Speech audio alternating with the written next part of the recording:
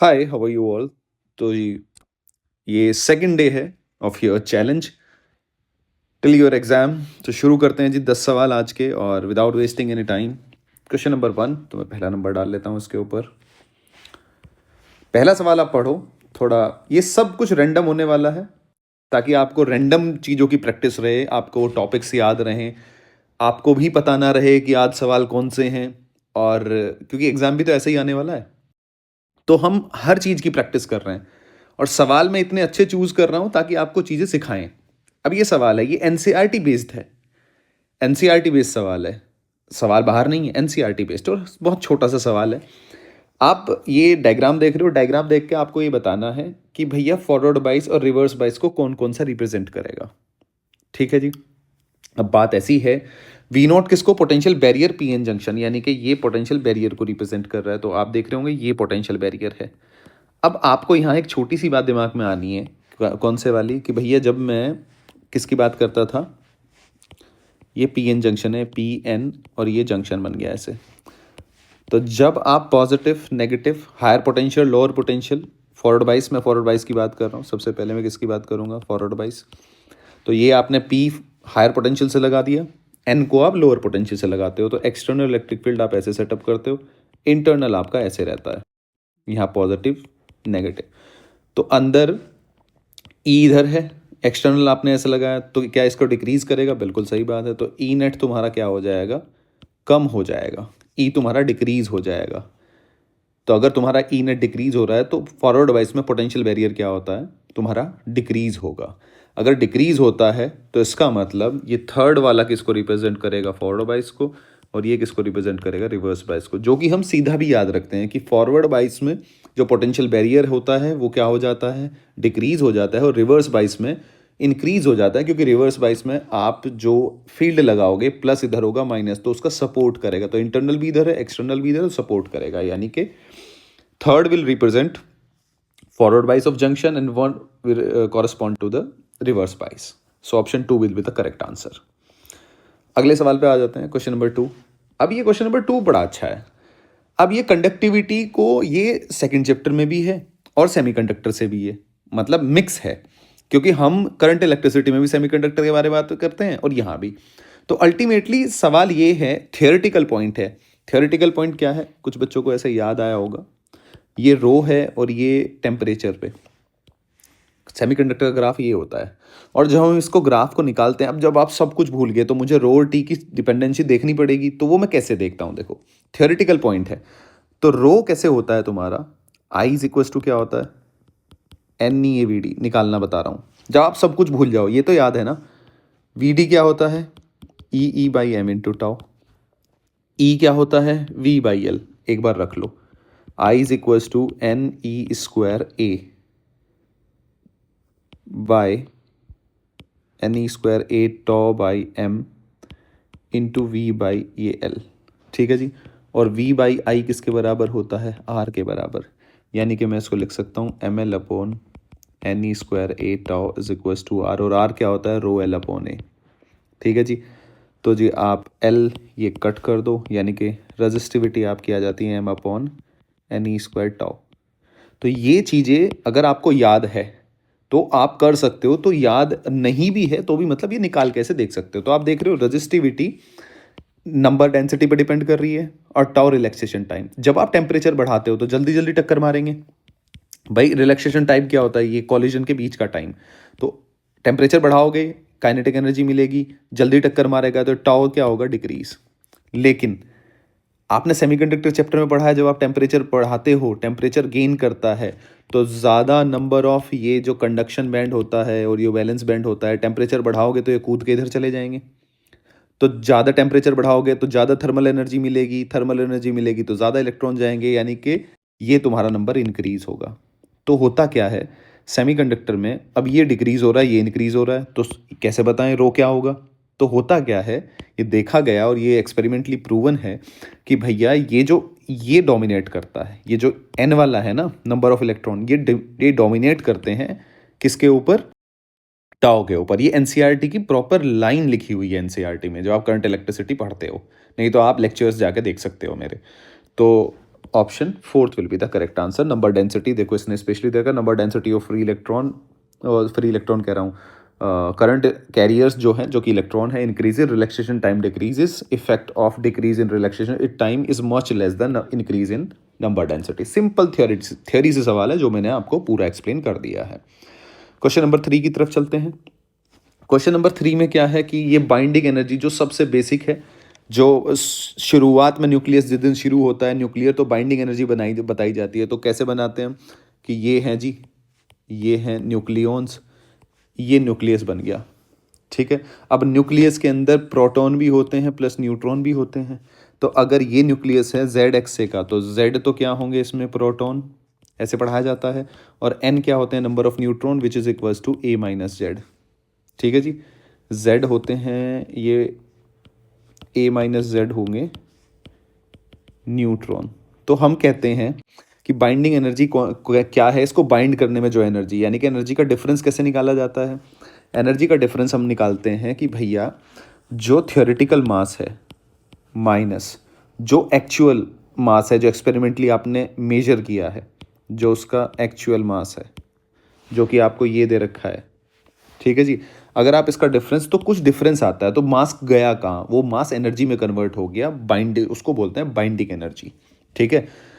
अब इसको निकालने के लिए सीधी सी बात है, बाइंडिंग एनर्जी आप लिखोगे, थियोरेटिकल मास जो होता है वो है तुम्हारा जी Z, number of proton Z हैं, उसके मास से मल्टीप्लाई कर दी, plus A minus Z M N, और इसमें से किसको घटा दिया, जो टोटल मास है ये एम ए जेड वाला, ठीक है जी, एम ए जेड वाला।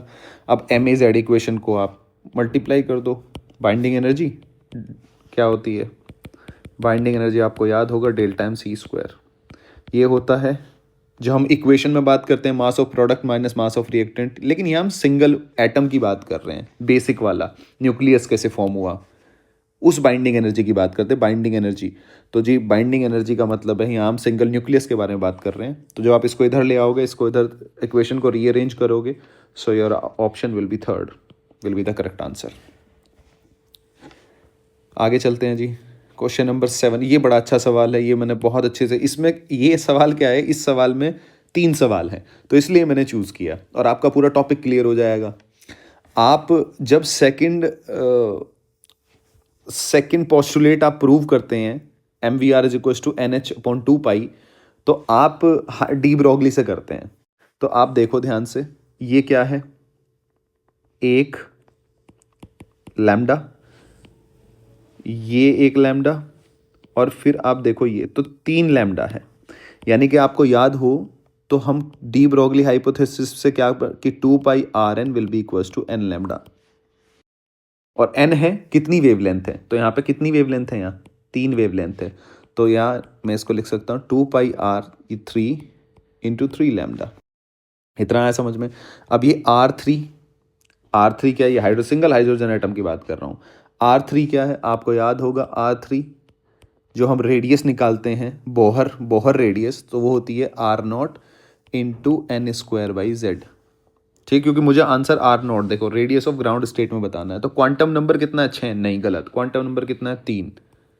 एन क्या होता है, प्रिंसिपल क्वांटम नंबर, जो कि आप कैसे किससे वेवलेंथ से बताते हो कि इसकी जो सरकमफ्रेंस होगी वो एन लैम्डा के बराबर होनी चाहिए, यानी कि ये वेवलेंथ के बराबर, एक वेवलेंथ, अगले बार दूसरी वेवलेंथ, और फिर ये स्टेशनरी वेव बनाता है ना ये। तो ऐसे हम करते हैं। अब आगे देखो, आप ध्यान से देखो, इसको हो गया जी 2 पाई इंटू R0 इंटू 3 का स्क्वायर बाई जेड की वैल्यू तो 1 होगी, इज इक्वल टू 3 लैम्डा, 3 से 3 कट गया, तो ये कितना हो गया 6 पाई R0। तो इसका मतलब ये तो सही आ गया, लेकिन मुझे अगले भी गलत प्रूव करने हैं, ऐसे यहाँ सवाल नहीं रुकता, हमें पूरा जानना है। अगले वाला देखो, ऑन डी एक्साइटेशन, अगले वाला देखो, it can go to ground state by emitting maximum 4 different photon. यानी कि आपको याद होगा डी एक्साइटेशन में हम फॉर्मूला याद करते थे, अगर डी एक्साइटेशन में ये है और ये कहाँ से जा रहा है, ये 3 पे है, 1 2 3, तो इसको जाने के तरीके कितने हैं, 3 से सीधा यहाँ चला जाए, 3 से यहाँ जाए और यहाँ जाए, इसके अलावा कोई और तरीका नहीं। तो 3 फोटोन वो एमिट कर सकता है। फिर ट्रांजिशन करने का मतलब क्या है, इससे यहाँ आएगा तो एनर्जी रिलीज करेगा, इससे यहाँ आएगा तो एनर्जी रिलीज करेगा, और यहाँ से यहाँ आएगा तो भी एनर्जी रिलीज करेगा। तो अल्टीमेटली 3 फोटोन वो जनरेट कर सकता है। और इसको निकालने का तरीका क्या था, nn-1/2 अगर आपको याद हो तो 3 - 1/2 विल बी इक्वल्स टू 3। ये फॉर्मूले से आप सीधा निकाल सकते हैं डी एक्साइटेशन। ये फॉर्मूला तभी वैलिड है जब वो सीधा ग्राउंड स्टेट में आ रहा हो। किसी भी 4 से आ रहा है तो 4 - 1/2 यानी कि 4 × 2 3/2 यानी कि कितना हो जाएगा, 6 हो जाएगा यहाँ नंबर। तो ऐसे करके, तो इसका जवाब हो गया जी। अब ये बड़ी अच्छी चीज़ है, इसमें आपको दूसरी चीज़ अब रिकॉल कराने के लिए है। ऑन डी एक्साइटेशन ये इंफ्रारेड रीजन का स्पेक्ट्रम दे, अब आपको याद कराता हूँ मैं। ये देखो जी, 1 n = 2 n = 3 n = 4। पहले आती है तुम्हारी, अगर याद हो तो तुम्हें, सबसे पहले आती है लाइमन, ये वाला होता है लाइमन। फिर आती है तुम्हारी सेकंड पे जब आके गिरेगी तो होती है तुम्हारी बाल्मर, और फिर आती है तुम्हारी पास्चन, फिर पी फंड, फिर ब्रैकेट, ऐसे चलती है। आपको और ये याद हो तो ये होता है अल्ट्रावायलेट रीजन, ये होता है विजिबल रीजन, और इसके ऊपर आता है यहाँ इंफ्रारेड। तो इंफ्रारेड कब होगा, जब 3 पे आके गिरेगा, लेकिन ऑलरेडी फोटो जो तुम्हारा इलेक्ट्रॉन है वो ट्रांजिशन कहाँ से कर रहा है, 3 से। इंफ्रारेड तो तब मिलेगी ना जब 4 से 3 पे आए, 5 से 3 पे आए। तो इसलिए ये टेबल याद होनी बहुत ज़्यादा ज़रूरी है। अब देखो ये सीधा सवाल आ गया, तो इसलिए नहीं आएगा। हाँ, तब आ जाता ये सवाल। अब देखो ये सवाल और अच्छा सवाल, या इसके रिलेटेड ये ऑप्शन कब होता, आप पूछने लगो सर ये ऑप्शन कब होता। फिर अगर ये यहाँ पे 4 लाइन होती, अगर ये 4 लैम्डा होता तो फिर ये ऑप्शन करेक्ट था, ये करेक्ट नहीं होता। 4 होता तो फिर 4 से 1 पे एटलीस्ट एक तो देता ना। टोटल नंबर ऑफ ट्रांजिशन कितने करता हो, 4 4 - 1/2 यानी कि कितना हो जाए 6, यानी कि 6 तरह के 6 फोटोन, 6 लाइट निकलती अलग अलग डिफरेंट वेवलेंथ की, 6 फोटोन अलग अलग वेवलेंथ के, 6 ट्रांजिशन है ना, 6 लाइन निकल रही हैं। लेकिन उसमें से एक इंफ्रारेड रीजन की जरूर होती, क्योंकि एक 4 से 3 पे वो जरूर आता। तो अगर ये 3 की जगह ये वेवलेंथ, ये देखो एक वेवलेंथ, ठीक है जी, ये दूसरी वेवलेंथ, ये यहाँ पे कितनी है, तीसरी वेवलेंथ। लेकिन अगर ये तुम्हारी 4 लैम्डा हो जाए तो तुम्हारा फिर ये ऑप्शन करेक्ट होता। ठीक है, तो वो हमें हर बार पता होनी चाहिए। अगले सवाल पे चलते हैं जी। ये फिर थियोरेटिकल पॉइंट है, तो ये, और थ्योरी वाले क्वेश्चन है ना, सबसे मज़ेदार बात बताऊं, वे बोनस होते हैं। लेकिन क्या होता है ना, वो हम अच्छे से नहीं पढ़ते तो चीज़ें हमें थोड़ी सी गड़बड़ हो जाती हैं। अगर आप यहाँ ध्यान से, अब ये कुछ नहीं है, सिंगल, मुझे पता है ये थर्ड ऑप्शन मुझे करेक्ट करना है। लेकिन अब कैसे किया मैंने ये, उसके लिए मैं समझाता हूँ। देखो एक्सरे में स्पेक्ट्रम जो होता है ना, स्पेक्ट्रम कुछ ऐसे मिलता है, अगर आपको याद हो तो। आप यहाँ से शुरू करते हो, ऐसे ऐसे ऐसे ऐसे चले जाते हो, ये तुम्हारा मिनिमम होता है, लैम्डा मिनिमम। ठीक है, इसके बाद ये वाले तुम्हें पीक्स मिलने शुरू हो जाते हैं यहाँ। ठीक है, तो ये स्पेक्ट्रम कौन सा है, ये कंटिन्यूअस स्पेक्ट्रम है। ठीक है जी, अब कंटिन्यूअस शुरू हुआ, फिर पीक्स मिलने शुरू, तो ठीक है, मैं इतनी थियोरी में नहीं जा रहा हूँ मैं चीज़ों में। मैं सिंपल बात करता हूँ कि अब कैरेक्टरिस्टिक स्पेक्ट्रम की बात करें, पीक्स तो तभी मिलेंगे ना जब कैरेक्टरिस्टिक स्पेक्ट्रम वो शो करेगा, यानी कि KLM ऐसे बना देते हैं। अब आप ध्यान से देखो, के अल्फा का मतलब है, और के बीटा का मतलब है कि ये होता है के अल्फा, और ये इसका मतलब होता है के बीटा। के गामा तो ओ और ऊपर से आ रहा है, KLMNO। ठीक है, ऐसे बना देते हैं हम। अब आप मुझे ये बताओ, ये एनर्जी का डिफरेंस है, इसको बोलूँगा मैं डेल्टा ई बीटा, और इसको बोल दूँ मैं डेल्टा ई अल्फा। क्या delta E beta is greater than delta E alpha? और ई क्या होता है, hc/लैम्डा। तो वेवलेंथ किसकी ज़्यादा होगी, मैं कह सकता हूँ कि lambda beta will be less than lambda alpha, wavelength ज़्यादा होगी। आपको नहीं लगता कि ये वेवलेंथ किसकी ज़्यादा है, ये लैम्डा, और ये लैम्डा 1, ये lambda 2 is greater than lambda 1। तो इसका मतलब आपको नहीं लगता कि ये अल्फ़ा होना चाहिए, यानी कि ये के अल्फ़ा होना चाहिए और ये के बीटा होना चाहिए। सिंपल। क्यों रिप्रेजेंटेड के अल्फ़ा? ये के अल्फ़ा को रिप्रेजेंट कर रहा है, ये के बीटा को। यही तो होता है स्पेक्ट्रम। स्पेक्ट्रम क्या है कि ये एटम होता है, इलेक्ट्रॉन आया, एक्सेलरेट किया, यहाँ से इलेक्ट्रॉन निकाल दिया। कैरेक्टरिस्टिक देखो कैसे देते हैं, फिर यहाँ से निकाल दिया तो ऊपर वाले नीचे आएंगे। तो यही तो मैं शो कर रहा हूँ। तो कैरेक्टरिस्टिक आप स्पेक्ट्रम आपको दिखना शुरू हो जाएगा। कॉन्टिन्यूस स्पेक्ट्रम में क्या होता है? कॉन्टिन्यूस स्पेक्ट्रम में ये एटम होता है, इलेक्ट्रॉन आता है, मैं थोड़ा सा बता देता हूँ, वो ऐसे चला जाता है। तो यहाँ एनर्जी जब ये ऐसे जाता है तो एनर्जी डिक्रीज़ होती है, उसकी काइनेटिक एनर्जी डिक्रीज़ होती है, वो किसी फोटोन्स की फॉर्म में निकलती है। तो इसलिए काइनेटिक एनर्जी जो डिक्रीज़ होती है वो किसी भी वेवलेंथ की हो सकती है, किसी भी वेवलेंथ का फोटोन निकल सकता है, वो हम श्योर नहीं है, तो इसीलिए कंटिन्यूस स्पेक्ट्रम है। लेकिन पीक्स तो फिक्स है ना, यहाँ से यहाँ ट्रांजिशन होना, यहाँ से यहाँ ट्रांजिशन, इसलिए पीक्स मिलते हैं। ठीक है जी, आगे चलते हैं। अगला फिर क्वेश्चन नंबर ये है, ये मैंने ये इस तरह का सवाल रिपीट भी हो चुका है, तो मैं ये सवाल चूज़ किया है।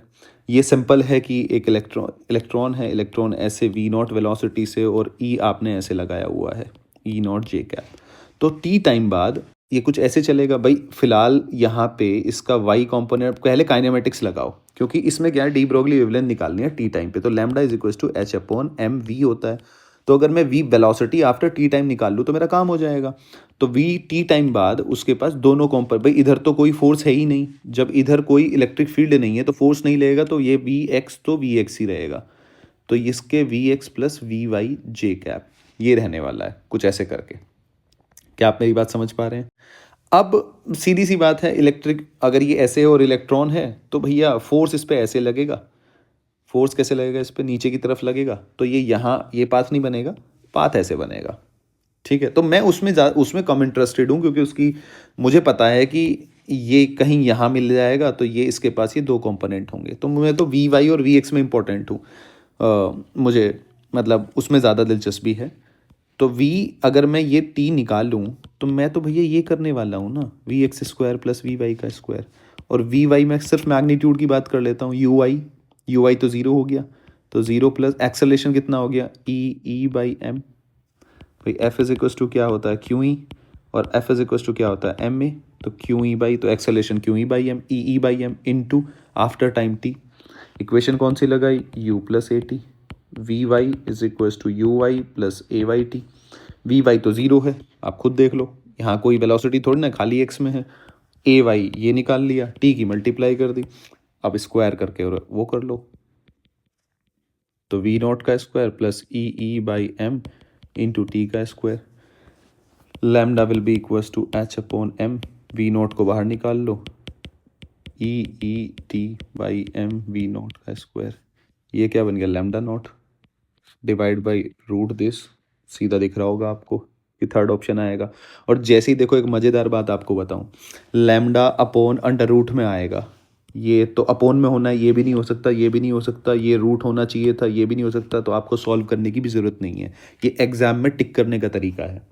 अगर मैं इस क्वेश्चन को एग्जाम में कर रहा होता तो मुझे पता होता नीचे रूट आता है, ये भी नहीं करता, ये भी नहीं करता, तो ये तो सवाल ही आसान। थर्ड ऑप्शन मैं सॉल्व ही नहीं करता, क्योंकि मुझे पता है कि वेलोसिटी यहाँ, और तो ये अंडर रूट आएगा, तो लैम्डा अपॉन होगा, लैम्डा नोट अपॉन में ही आएगा। ये देखो आया ना नीचे ही, तो वो मुझे पता ही है, तो विद प्रैक्टिस होगा। आगे चलो जी। अब ये सवाल बहुत अच्छा और आसान सवाल है, इस सवाल की तरफ आ जाओ। ये सवाल कह रहा है आपको बच्चे कि ये ऊपर, ये बड़ा फेमस सवाल है। ये सिंपल ऐसे है कि ये है रिंग है, डिस्क है, अपने ऊपर से, तो कौन जल्दी आएगा? तो देखो टी इज इक्वल्स टू, ऊपर से छोड़ा, टू एस बाई ए, ये पढ़ते हैं ना ऊपर से इक्वेशन हम, S is equals to U T plus half A T square, S is equals to, बच्चों के अगर समझ ना आ रहा हो, half A T square, U तो ज़ीरो है, यानी कि टू एस बाई ए का अंडर रूट। ये टाइम लगने वाला है। अब जिसका टाइम कम तो वो जल्दी पहुंच जाएगा। अब डिस्टेंस तो एस तो सबके लिए सेम है, तो ये टू कांस्टेंट, ये कांस्टेंट, यानी कि ए पे डिपेंड करेगा, यानी कि ए जिसका ज़्यादा, ए क्या होना चाहिए, ज़्यादा। ठीक है, अब इसके लिए हम फॉर्मूला सीधा याद रखते हैं। अगर वो इंक्लाइन प्लेन पे तो G sine theta one upon I plus M R square, ये पढ़ा है आपने, ये तो याद रखना ही रखना है। तो G sine theta upon one plus I by M R square, क्योंकि बार बार पेपर में थोड़ा ना निकालने बैठोगे भाई, और ये याद रखने वाली चीज़ें होती हैं। ये कांस्टेंट है, सबके लिए कांस्टेंट है, वन तो सबके लिए कांस्टेंट है, लेकिन आई सबके लिए अलग अलग है। तो जिसका आई कम होगा उसका ए ज़्यादा होगा क्योंकि डिनोमिनेटर में, और जिसका ए ज़्यादा उसका टाइम कम होगा। तो आप यहाँ से देख सकते हैं सिर्फ सॉलिड स्फेयर ही है जिसका ए कम होगा, क्योंकि सॉलिड स्फेयर के लिए होता है 2/5 mr², यानी कि 0.4। डिस्क के लिए कितना होता है 0.5 mr², और रिंग के लिए कितना होता है mr²। तो सबसे कम मोमेंट ऑफ इनर्शिया इसका, उसका एक्सेलरेशन ज़्यादा, और ये ज़्यादा है तो ये कम है, यानी कि फोर्थ ऑप्शन। अगले सवाल पे चलते हैं जी। अब अगला सवाल kinetic energy, work kinetic energy से बेस्ड है। तो काइनेटिक एनर्जी देखो ये कहाँ से, इनिशियली जीरो है, फाइनल पूछ रखा है WS। अभी अब आप मुझे एक बात बताओ, work done is equal to क्या होता है, change in kinetic energy. Work done क्या होता है F.ds।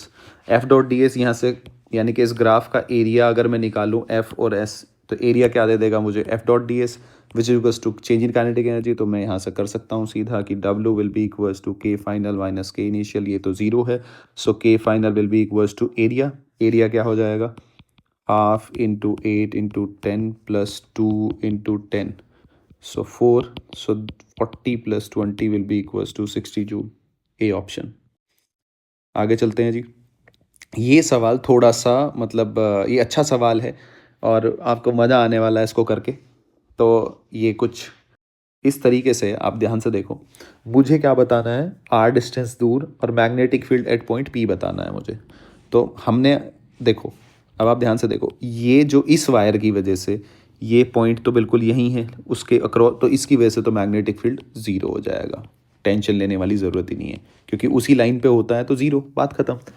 अब इसके लिए तो फिर करना पड़ेगा भाई, इसके लिए कैसे करना है, टेंशन लेनी ही नहीं है, इसको आगे बढ़ाओ, मास्टर ने ऐसे ही सिखाया था।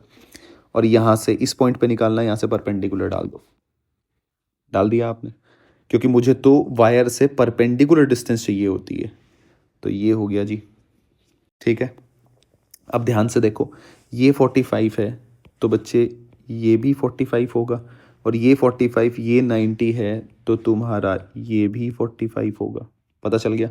अब मैं आपको कुछ फॉर्मूले को थोड़ा सा आपको सेट कराता हूँ, रिकॉल कराता हूँ चीज़ें, तब आपको ज़्यादा अच्छा लगेगा। ये मेरे पास फॉर्मूला हुआ करता था, अगर आपको याद हो तो, और मैं यहाँ निकालता होता था ऐसे, और मैं फॉर्मूला क्या रखता था, और मैं ऐसे पहले बना लेते हैं, ये θ1 ये θ2 इस P पॉइंट पे ऐसे। तो B का जब मैं फॉर्मूला लिखता था तो mu not I upon 4πd, और D ये डिस्टेंस होती थी perpendicular distance, into sine θ1 plus sine θ2। ठीक है जी।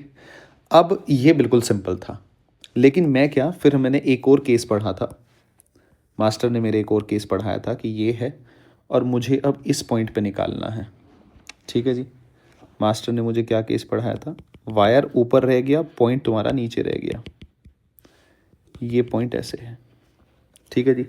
यहाँ निकालना था। अब यहाँ के लिए एक चीज़ थी, एक चीज़ क्या थी कि ये जो θ1 है वो तो 90 है, θ1 तो 90 बन गया, लेकिन जो मेरा θ2 है वो मेरा θ2 है, अब वो मुझे यहाँ चलना पड़ेगा। पहले मैं क्या चल रहा था, ऐसे चल रहा था, θ1 इधर ये रख रहा था, फिर मैं ऐसे चल रहा था, θ2 वो यहाँ रख, लेकिन अब मैं θ2 के लिए भी मुझे उल्टा चलना पड़ेगा, तो मुझे साइन नेगेटिव लेना पड़ेगा।